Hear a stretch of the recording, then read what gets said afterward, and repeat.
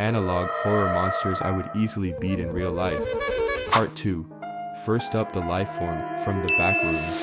Now for those who don't know, the Backrooms is a creepy fictional dimension where you glitch out of reality and end up trapped in endless yellow hallways with no escape. The Lifeform is a tall, distorted creature that lives there, an unnatural, fast-moving entity that hunts anything it finds. In short, you're lost in an infinite maze, and something is hunting you. Obviously I can't beat this guy in a 1v1, so here's my plan.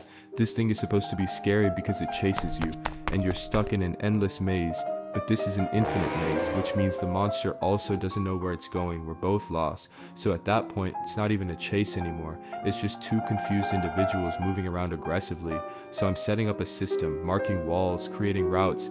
I might even redecorate a little, make it feel like home, and if the Lifeform comes to hunt me, I'll just relocate to a different place I marked. And I'll keep doing this until I complete all levels and escape the Backrooms.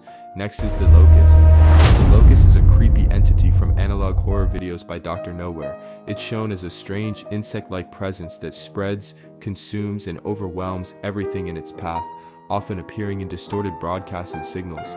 It's like a living infestation that doesn't just attack you, it takes over everything. This thing is tall, unnatural, and moves like your Wi-Fi connection when it's about to disconnect, glitchy and unpredictable. And apparently it messes with perception and reality through TV screens, which sounds dangerous until you think about it.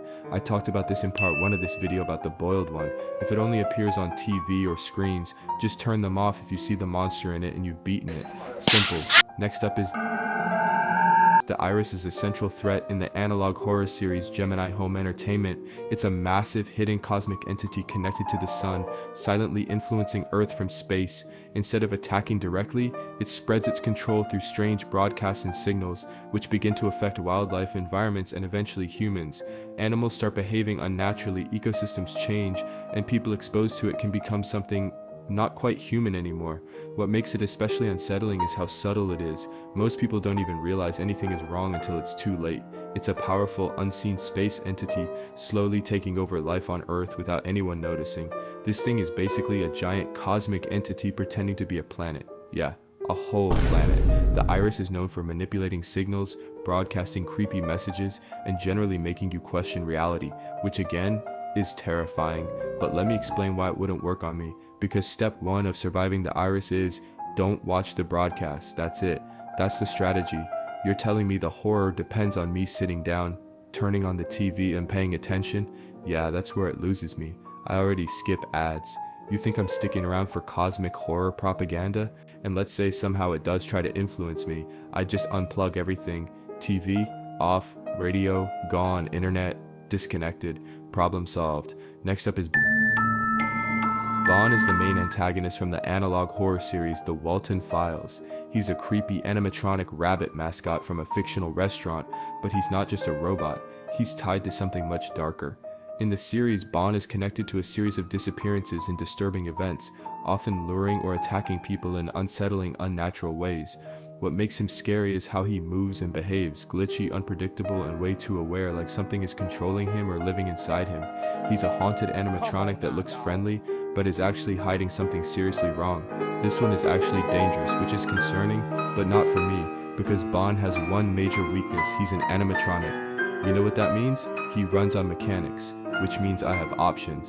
Option 1, power. No electricity equals no Bon. I'm flipping the breaker like my life depends on it. Option 2, mobility. You ever seen how animatronics move? It's not exactly Olympic level speed. I'm not saying I'd win a marathon, but I'm beating a haunted Chuck E. Cheese mascot.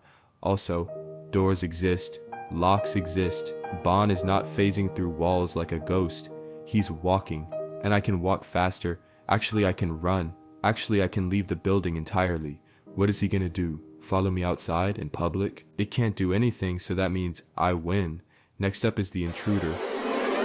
The Intruder is a central entity from the analog horror series The Mandela Catalog. It's a shape-shifting parasitic presence that invades people's homes, devices, and even their identities. Instead of attacking directly, it manipulates fear, mimics humans, and slowly replaces or corrupts them from the inside. It often appears through old TV broadcasts, security footage, or distorted messages, making it feel like it can slip into any form of media. What makes it especially terrifying is that you can't fully trust what you're seeing or even the people around you. It's a hidden entity that invades reality, impersonates humans, and slowly takes over everything through deception and fear, which is creepy until you zoom out a bit, because its entire strategy depends on one thing: you noticing it. It wants attention, it wants reaction. It wants you to sit there like, oh no, what is that? And my honest response is, I don't see anything. Because step one of surviving the intruder is treating every screen like it's already suspicious. TV flickers, off, phone glitches, restart, random reflection looks off. I'm not looking at it long enough to confirm anything. At that point, the intruder is basically doing all this dramatic haunting for a guy who isn't paying attention. And if it tries the whole, I'm already inside your home thing, cool. Then it can enjoy the house alone. I'm leaving. Because here's the thing, the intruder doesn't really chase you in a normal way. It relies on presence, perception, and you freezing up. But if I'm not freezing, not staring, and not giving it the reaction it wants, then it's just standing there like, hello? And I'm already gone. Honestly, it's less unstoppable horror entity and more awkward pop-up ad that won't close itself. Eventually it's going to realize it picked the wrong target. The last analog horror monster I want to talk about is the alternates. They come from the analog horror series The Mandela Catalog. They are hostile, distorted doppelgangers of real people that appear in place of someone you know. These entities can impersonate voices, faces, and behavior, but something always feels slightly off. Their goal is to isolate, deceive, and psychologically break their targets before replacing them completely. What makes them terrifying is how normal they can look at first until the illusion starts to fail. The alternates are fake versions of humans that mimic people perfectly, until they don't. These are doppelgangers, fake versions of people that look almost right, but something is always slightly off. Wrong expression, wrong tone, wrong presence. They rely on one thing: doubt. That moment where you hesitate and think, is that really them? But here's the issue, I already don't trust anything. So you show up looking like my friend but slightly off. That's an immediate rejection. Their entire horror strategy depends on me being unsure. But if I'm not engaging, not reacting, and not validating anything, then they're just standing there doing bad impressions of humans. And that's not terrifying. That's just identity theft with poor execution. So another win. Analog horror monsters may look and sound scary at first, but if you think about it for more than a few seconds, you realize that they're pretty easy to beat in real life. Thanks for watching, and please remember to like the video.